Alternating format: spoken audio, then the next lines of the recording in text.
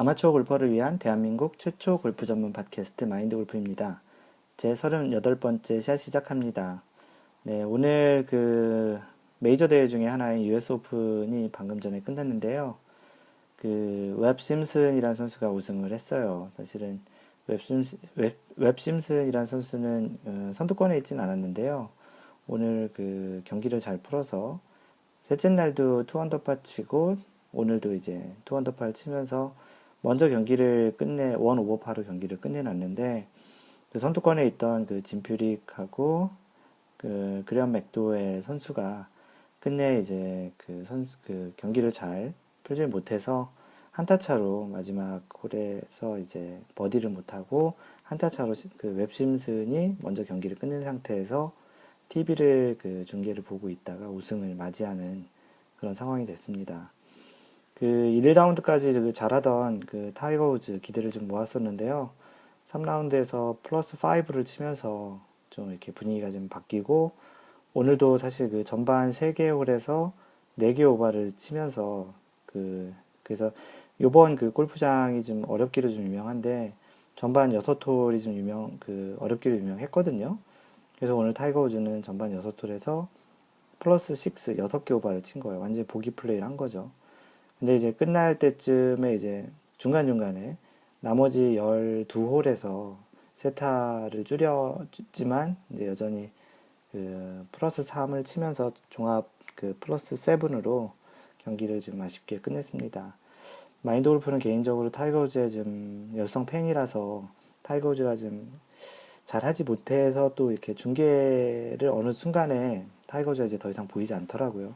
그러다 보니까 좀 집중력도 좀 떨어지고 재미가 좀 없어졌는데 마지막에 또 이렇게 다크호스로 웹 심슨 선수가 이렇게 우승을 하는 경우를 보니까 참 골프는 장갑을 벗을 때까지 어떻게 될지 모른다라는 말이 또 이제 맞는 그런 경기가 아니었나 싶습니다. 그레엄 맥도웰 같은 선수는 2010년에 우승을 했던 경험이 있고 짐 퓨릭은 2003년에 우승을 했었죠. 다 US 오픈을 우승했던 경험이 있었던 선수들인데요. 지난해에 또 우승을 했던 로리 맥길로이는 아쉽게 이제 예선 탈락을 하는 또 그런 상황도 있었고요. 그래서 이번 골프장이 샌프란시스코, 마인드 골프가 있는 캘리포니아에 있는 샌프란시스코가 좀 멀긴 하지만 샌프란시스코에 있는 올림픽 골프 클럽이라고 하는데 이 골프장이 굉장히 어렵기로 유명합니다. 여태까지 US 오픈이 이번 대회까지 총 5번, 이번 대회를 제외하고는 4번이 열렸었는데 우승자 평균 스코어가 플러스 2예요. 2오버예요. 2오버. 사실 웬만한 PGA 대회에서 우승을 하면 다 언더파로 우승을 하는데 이 대회는 유독 어렵기로 유명을 해서 그런지 여태까지 4번 대회가 열렸었는데 평균 우승 스코어가 2오버라고 하네요. 이번 대회도 플러스 1오버로 우승을 했으니까 여전히 우승자 평균 스코어는 오버파로 계속 남아있게 되네요. 이번 골프장은 간단히 좀 설명을 드리면 파 70에 7170야드예요. 보통 이제 우리가 치는 정규홀은 파 72잖아요. 그래서 뭐 한 타당 한 150야드만 잡아도 한 300야드 정도를 더하면 대략 파 72 기준으로는 한 7500야드 정도 되는 그런 코스라고 봐도 되겠죠.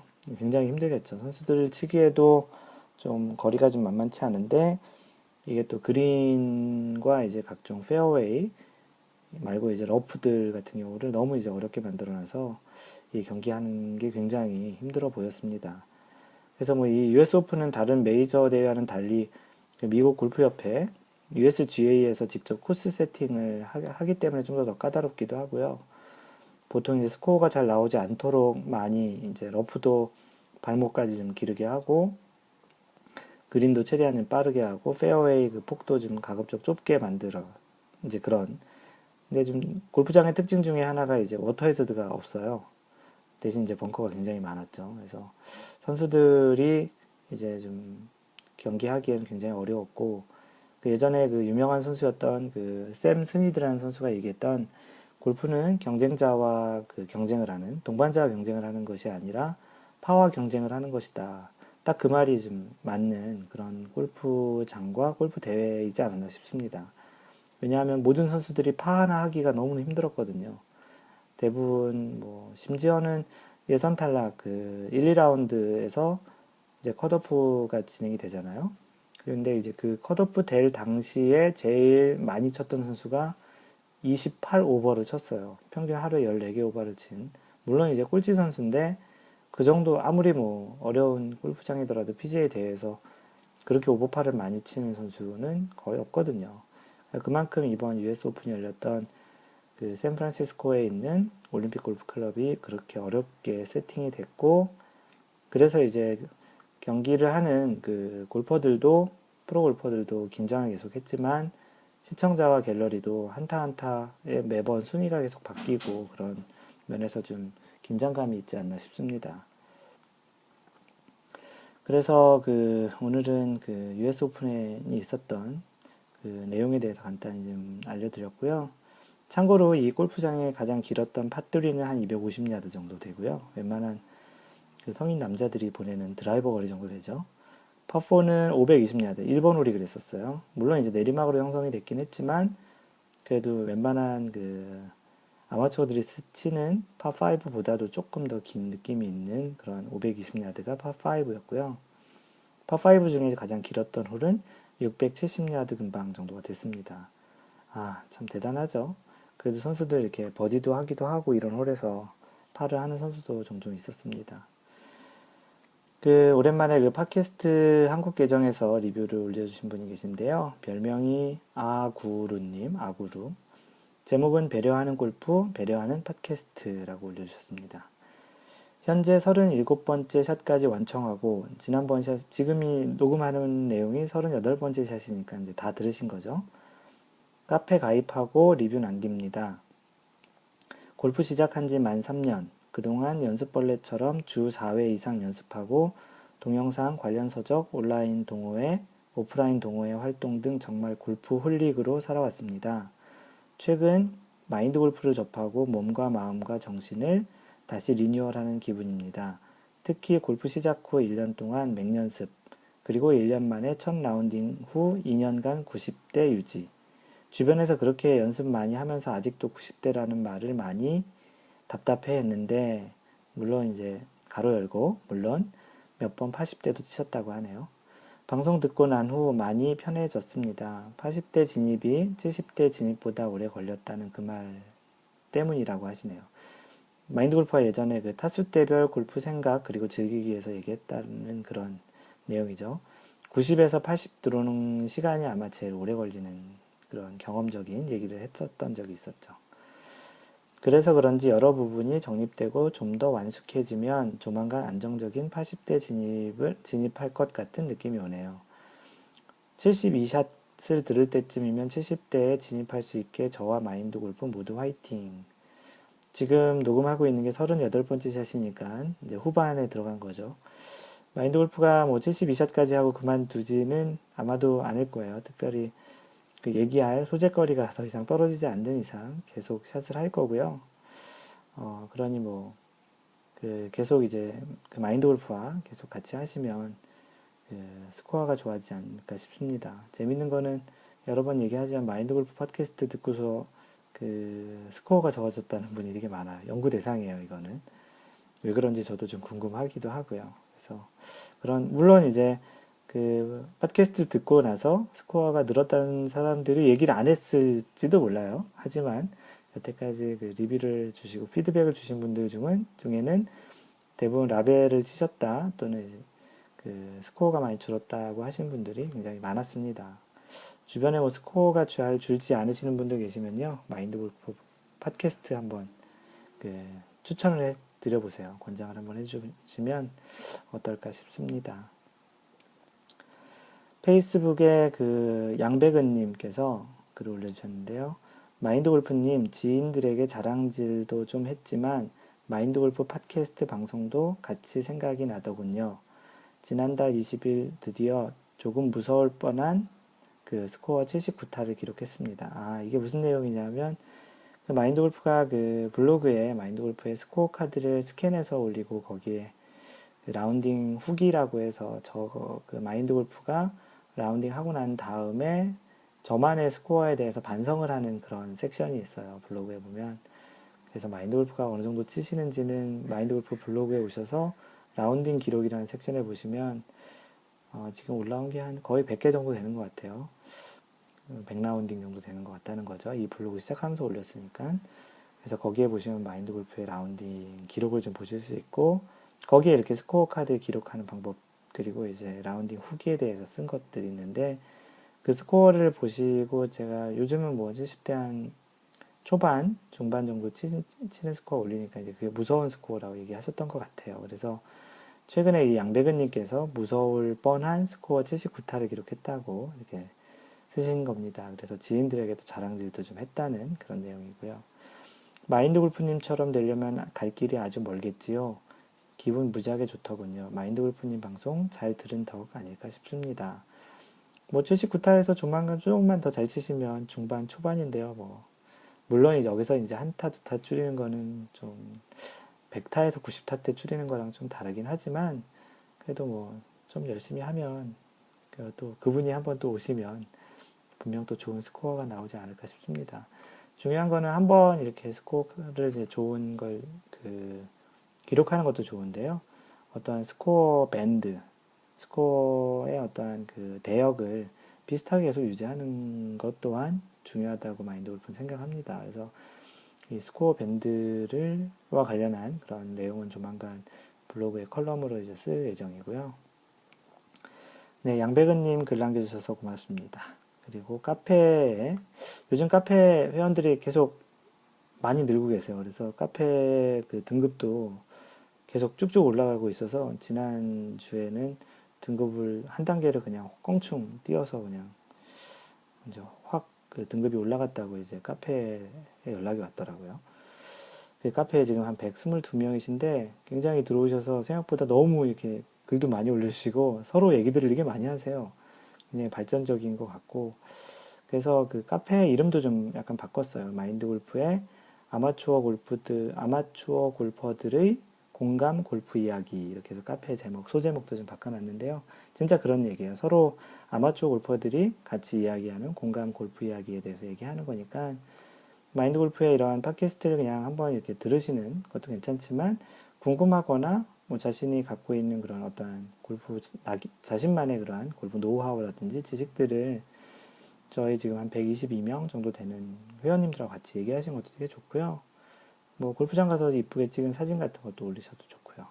네, 그래서 최근에 가입하신 카페에 드림 65kg 되시는 게 꿈이신가 보시네. 그래서 드림 65kg님께서 글을 남겨주셨는데요. 너무 많은 노력과 시간이 필요한 운동이라 별 관심이 없었는데 안 할 수도 없고 이제 해야겠다 싶어 마인드 골프님의 팟캐스트를 듣게 되었는데 아주 재밌더라고요. 꾸준히 해보려고 합니다. 네, 열심히 마인드 골프랑 같이 한번 시작해 보시죠. 그리고 아구루님이라고 아까 그 아이튠즈에 그 글을 남기신 분이 또 카페에도 가입하셨다고 하시면서 글을 남겨주셨는데요. 주변에 그 마인드 골프 팟캐스트를 추천을 많이 했다고 합니다. 골프 관련 서적 곧 출판하는 선배한테도 내용 들어보시고 마인드 골프도 출판하시라고 얘기했다고 하시네요. 스테디셀러가 될 거라 얘기했습니다. 이렇게 글을 남겨주셨는데요. 마인드 골프가 책을 낼 수 있을까요? 관심은 있거든요. 분명히 그런 마인드 골프의 그 글이나 그런 것들이 어떤 책이나 어떤 형태로 출판이 되는 거에 대해서 분명히 관심이 있고요. 혹시 그럴 만한 컨텐츠가 된다고 하면 어느 분이시든 적극 연락 주세요.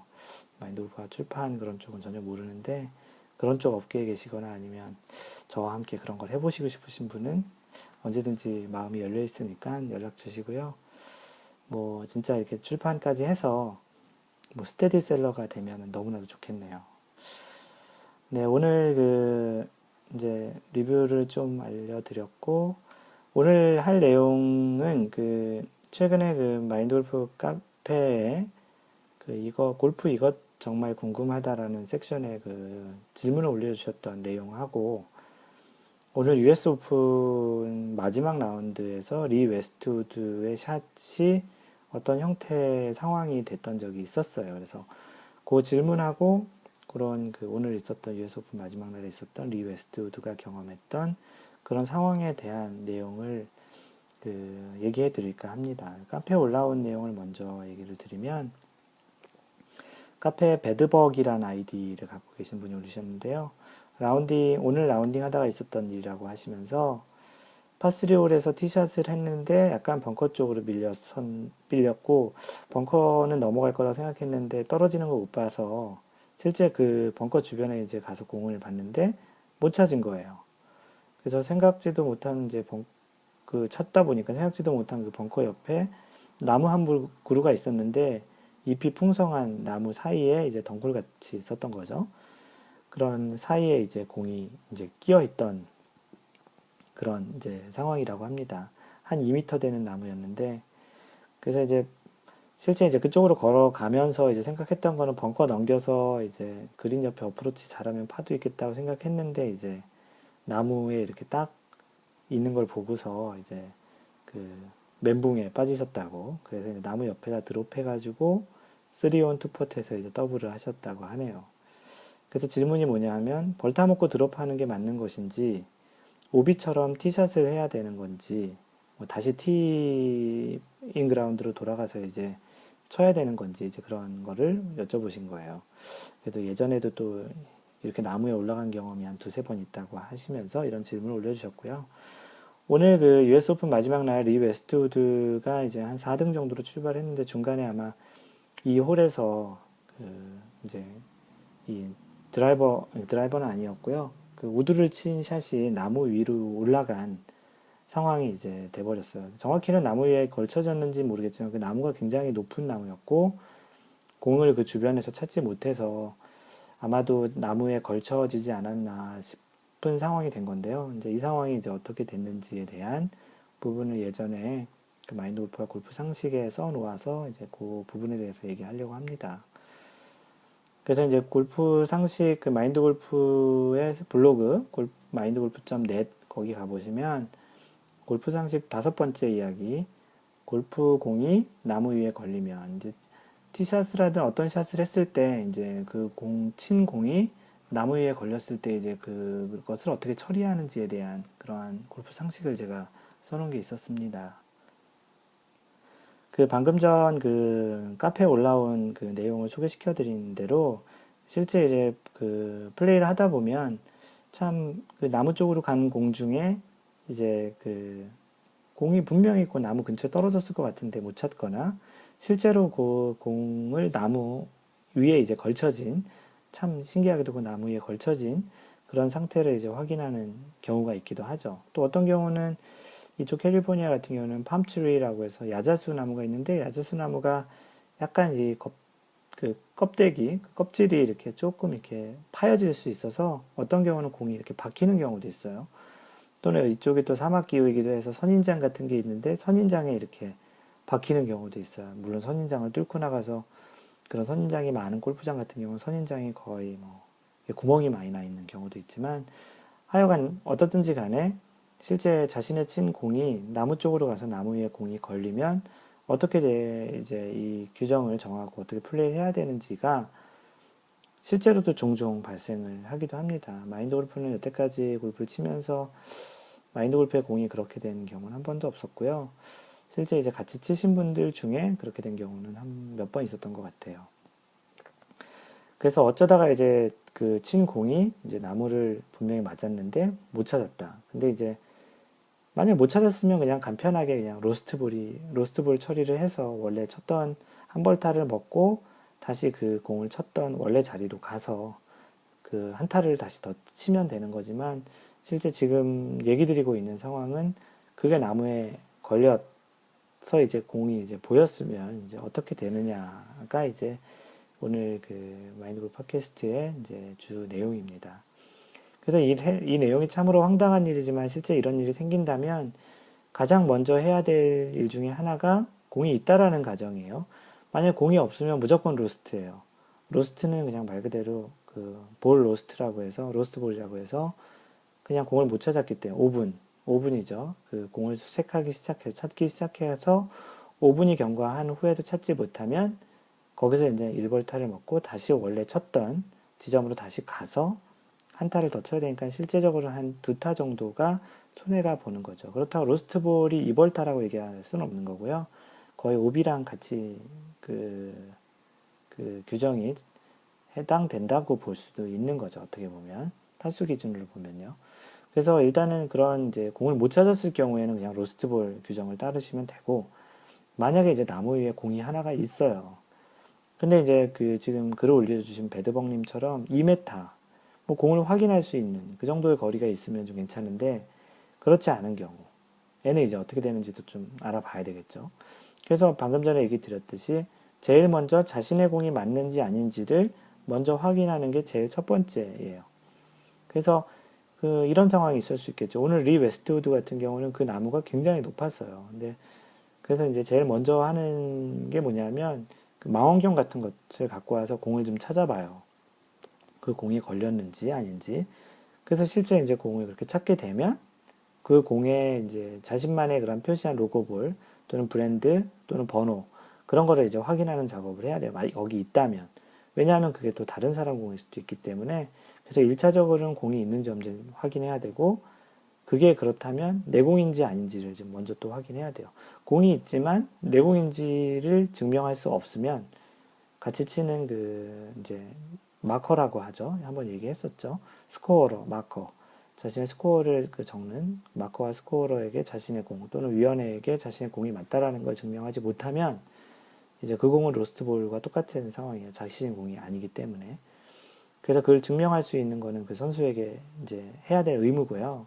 그렇기 때문에 이제 그러한 망원경이나 다른 도구들을 이용해서 공을 찾고 그 공이 자신의 공이 맞는지를 먼저 증명을 해야 되고요. 그렇지 않으면 이제 로스트볼로 이제 한타를 먹고 다시 원위치 가서 친다고 방금 전에 얘기 드렸죠. 그러면 이제 그 공이 내 공이 맞다라는 게 이제 확인이 되면 어떻게 되시는 거냐. 재밌는 경우 중에 하나가 예전에 어떤 선수가 친 공이 이렇게 나무에 올라갔는데 확인이 되게 어려웠나 봐요. 근데 주변에 요즘은 이제 카메라 기자들이 망원 렌즈 같은 거를 많이 갖고 다니잖아요. 그래서 이제 그 기자 중에 한 분이 오셔서 이제 망원 렌즈로 공의 사진 이미지를 땡겨서 찍어가지고 그걸 이제 같이 위원회와 이제 같이 동반 마커와 같이 이제 그 공이 맞는지를 판단을 하고 맞다고 이제 판단을 해서 이제 경기를 다시 진행했다고 합니다. 그래서 이렇게 자신의 공이 맞는지를 어떤 형태든지 이제 확인 작업을 해가지고 그 공이 맞는지를 이제 판정이 되면 그 다음에 이제 자신이 선택을 해야 돼요. 그 공을 그 자리에 놓고 그 상태로 칠 것인지 아니면 언플레이어블 볼을 선언하고 드롭을 하고 한타를 먹고서 그 자리 근처에서 드롭을 하고서 이제 플레이를 할 것인지 결정을 하는 것이죠. 뭐 나무들이 대체적으로 이제 굉장히 높이 있으니까 확인하더라도 대부분의 경우는 언플레이어블 볼을 선언하고 그 주변에 드롭을 벌타 한타 먹고 드롭을 하고서 이제 경기를 진행하죠. 아까 그 로스트볼하고 가장 큰 차이는 로스트볼은 원래 쳤던 지점까지 다시 가야 되지만 지금같이 공이 맞다고 하면 그 근처에 드롭을 하기 때문에 그만큼 거리 이득을 보게 되는 거죠. 그러니까 필사적으로 그렇게 찾으려고 하는 것이고 리 웨스트우드도 맨 처음에 이제 망원경을 어디서 빌려서 자신의 공을 먼저 찾는 그런 작업을 하기도 했습니다. 그리고 만약에 이제 그 공이 나무가 낮아서 또는 이제 뭐 어떠한 숲 같은 건데 그렇게 높지 않아서 내가 쳐보겠다 라고 하면 쳐볼 수 있겠죠. 근데 그거는 본인의 선택인데 굉장히 위험한 선택이고 자칫 잘못해서 뭐 나무를 흔든다든지 어떠한 경우로 이제 그 공이 떨어지면 공이 원래 있던 위치에 쳐야 된다는 그 조항이 있잖아요. 공은 원래 플레이를 원래 있던 그 상태를 개선하지 말고 쳐야 한다라는 그 규정에 의해서 공이 흔들렸기 때문에 이제 벌타를 또 먹게 되니까 나무를 흔들거나 그런 상황을 하게 되면 이제 안 되겠죠. 그래서 일단 좀 약간 상황을 다시 한번 정리를 해드리면 1차적으로는 자신의 공이 이제 나무에 있는지 없는지를 먼저 확인을 해야 되고 그 공이 본인의 공이 맞는지 아닌지를 먼저 또 확인해야 되고 맞다면 그 상황이 내가 칠 수 있는지 또는 아닌지에 따라서 칠 수 있으면 용감하게 한번 쳐보실 수도 있겠고요. 그렇지 않고 자신의 공이 맞지만 칠 수 없다. 뭐 거리가 높아서 그럴 수도 있고 위험할 수도 있고 잘못 쳐서 또 헛스윙 같은 거 하더라도 안타가 되니까. 그래서 나는 언플레이어블 볼을 선언하겠다. 그러면 언플레이어블 볼 규정에 의해서 이제 한타를 먹고서 그 주변에서 그 드롭하는 규정을 이제 따라서 그 주변에 드롭을 하고서 한타를 이제 다시 이제 경기를 이어가는 것으로 이제 생각하시고 계시면 됩니다. 그래서 혹시 그 실제 라운딩 하다가 이런 비슷한 나무에 올라갔다든지 어떠한 숲에 들어갔는데 숲에 어떠한 그런 그 숲을 잡풀 그 사이에 이렇게 꼈다든지 그런 이제 비슷한 상황들이 생기면 지금 마인드 골프가 지금 팟캐스트 하는 공이 나무 위에 걸리면이라는 이 지금 얘기했던 몇 그 다양한 가질 수 있잖아요. 뭘 제일 먼저 해야 되는지, 자신의 공이 맞는지, 그 사람의 공이 맞는지 그런 것들을 이제 확인하는 작업부터 해서 한 가지 한 가지 상황에 따라서 적용을 하면 됩니다. 그럼 자신의 공이 맞는지 안 맞는지를 또 확인하려면 제일 먼저 해야 될 게 뭐냐면 원래는 아마추어 골퍼들도 그 티잉 그라운드에서 그날 그 플레이를 시작하기 전에 자신은 오늘 어디 브랜드의 몇 번 공으로 이제 플레이를 하겠다라고 얘기를 하는 게 좋죠. 그래야 이제 이 사람 공이 맞는지 안 맞는지도 확인할 수 있기도 하고.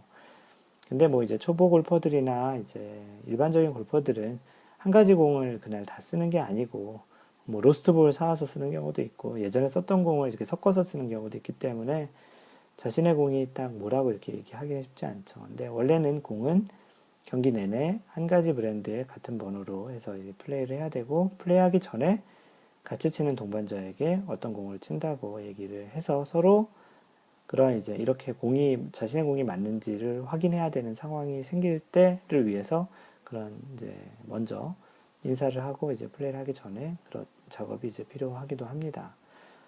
그래서 이제 이런 비슷한 상황이 혹시 생기면 마인드 골프 팟캐스트에서 들은 거를 이렇게 한번 아는 척 해보시고요. 마인드 골프 팟캐스트에 이렇게 얘기했어. 그리고 규정이 이렇대. 이렇게 얘기하면 좀 더 좀 골프에서 좀 이렇게 목소리 큰 사람이 우기는 그런 상황은 좀 없을 것 같기도 하고요. 실제 또 이런 경우가 종종 발생을 하는데요. 그런 상황에서 지금 얘기한 마인드 골프가 얘기한 그런 내용을 적용해서 플레이를 하시면 좀 더 원활하지 않을까 싶습니다. 그리고 이제 좀 애매한 경우가 하나 있는데 그러면 이제 만약에 내 공이 로스트가 됐을 경우에는 어떻게 하느냐. 로스트가 되면은 원래 쳤던 대로 다시 가야 된다 그랬잖아요. 근데 그게 뭐 드라이브 샷 같이 이제 200야드 이상 친 그런 샷 같은 경우는 굉장히 좀 난감하겠죠. 특히 일반 뭐 선수들은 아니더라도 일반 골퍼들 같은 경우는 그 티타임 간격이 뭐 8분, 9분 이렇게 7분에서 한 9분 정도가 있어서 계속 플레이하기 때문에 이제 그 경기 진행상 다시 원위치를 가는 거는 거의 불가능하죠. 사실 그래서 해내야 되는 것 중에 하나가 나중에 언제 한번 방송을 해드릴 텐데 잠정구라는 거를 쳐야 돼요. 만약에 공이 위험한 상황, 물론 이제 공이 나무에 걸렸을 거라고 생각하지는 않으니까. 하지만 공이 좀 숲이나 이런 쪽으로 좀 위험한 데 가면요. 원래는 잠정구라고 하나 더 치고 이제 가는 게 좋아요. 왜냐하면 혹시 못 찾으면 그 잠정구로 이제 플레이를 하면 되니까요. 찾으면은 원래 쳤던 공으로 이제 계속 플레이를 하면 되는 거고요. 그래서 그 잠정구는 영어로 provisional ball이라고 해서 그 잠정구라는 게 있고요. 그럴 때 이제 주로 쓰는 거예요. 그래서 나중에 또 설명을 해드리겠지만 잠정구는 또 칠 때 저 잠정구 칩니다라고 꼭 동반자 그 스코어를 적는 마커에게 스코어러에게 꼭 얘기를 하시고 쳐야지 그렇지 않고 치면 그 잠정구로 성립이 되지 않고요. 그래서 이제 그런 일이 아마추어들 같은 경우 생기면 공을 못 찾을 것 같다, 오비일 것 같다. 그럴 때는 꼭 잠정구로 치고 나가시는 게 좀 더 시간상 원활한 플레이를 할 수 있고요. 선수들 같은 경우에는 잠정구를 치는 경우도 있지만 뭐 이런 경우는 대부분 갤러리도 많고 경기 진행하는 그 발런티어라고 하는 그 자원봉사자들도 많기 때문에 공을 로스트볼이 생기는 경우는 거의 없거든요. 근데 이제 이런 경우가 생겼을 때 어떡하냐. 선수들 같은 경우는 다시 바로 전에 쳤던 지점까지 다시 갑니다. 그래서 리 웨스트우드는 티샷을 쳤던 그 티잉그라운드까지 다시 갔고요. 이럴 때 한해서 그 선수들은 카트를 탈 수 있어요. 경기를 좀 빨리 진행하기 위해서. 일반적으로 경기를 하는 선수는 그 18홀 내내 그 카트를 탈 수 없는데 이렇게 특수한 상황, 연장전이라든지 이렇게 로스트볼이 생겨서 다시 원위치로 가서 이제 또 쳐야 된다든지 그런 상황에 있어서는 예외적으로 카트를 타고 이동을 할 수 있어서요. 다시 티잉 그라운드로 이제 리 웨스트우드는 카트를 타고 갔었고, 다시 거기서 치고서 카트를 타고 티잉 그라운드를 다시 세 번째 벌타 하나 먹었으니까 세 번째 샷을 치고 나서 그 네 번째 샷을 치는 지점까지 카트를 타고 이동을 했습니다. 그래서 오늘은 그 공이 나무 위에 걸린 그런 상황, 오늘 그 US 오픈에서도 있었고, 그 마인드 골프 카페, 그 카페.naver.com/mindgolfer, mindgolfer, 거기에 올라온 질문 중에도 있었던 나무 위에 공이 걸렸던 그런 상황에 대해서 그 로스트 볼 규정 또는 또 잠정구, 프로비저널 볼 규정과 같이 해서 간단히 좀 설명을 드렸습니다.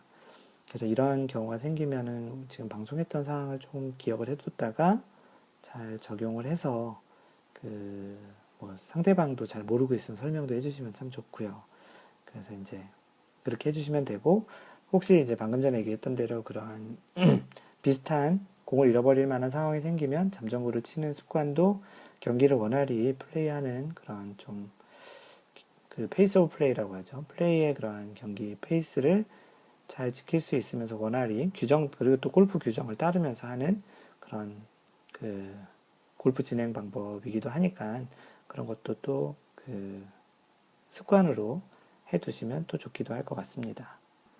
네, 그래서 오늘 그 38번째 샷은 공이 나무 위에 올라가면 나무 위에 걸리면 골프 규정은 어떻게 되는지에 대해서 설명을 해드렸고요.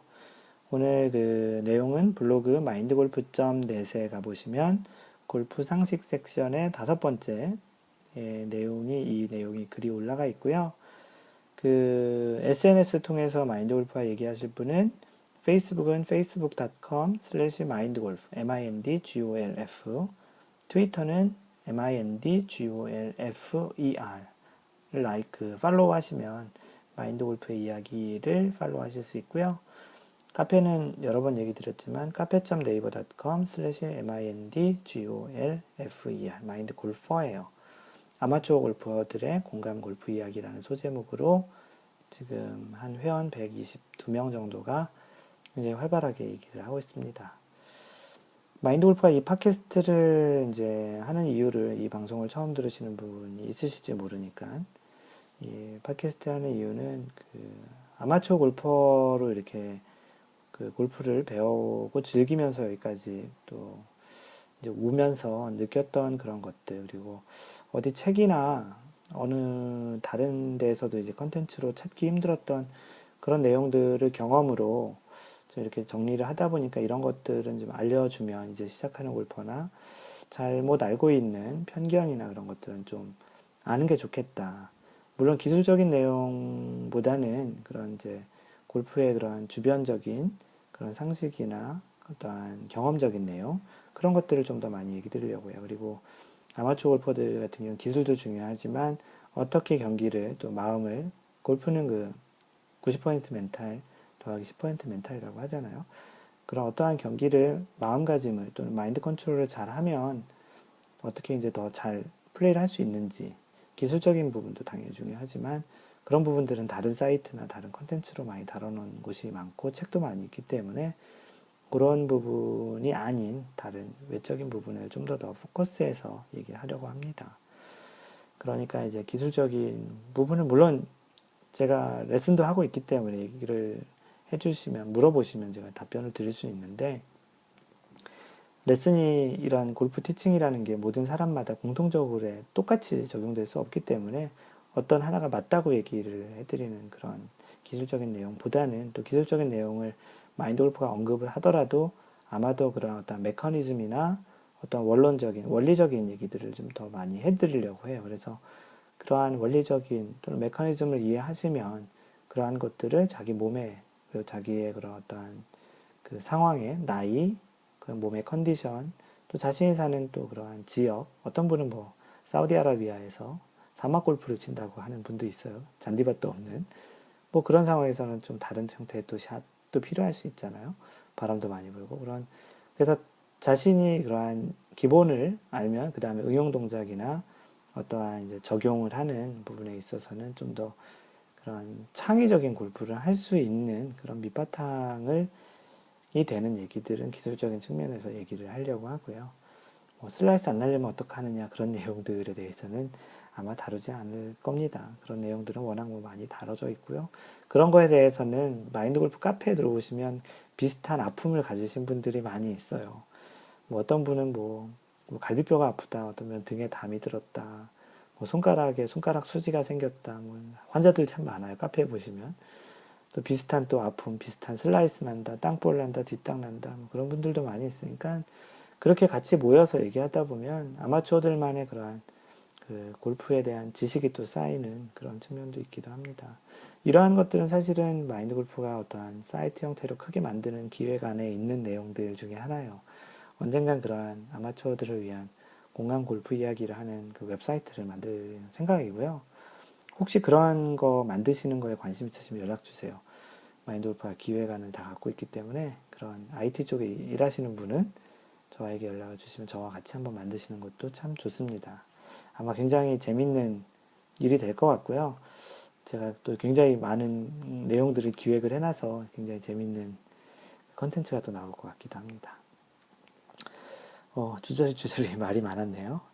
네, 항상 배려하는 골프 하시고요. 이상 마인드 골프였습니다. 제 39번째 샷에서 만나요. Don't worry, just play mind golf. Bye!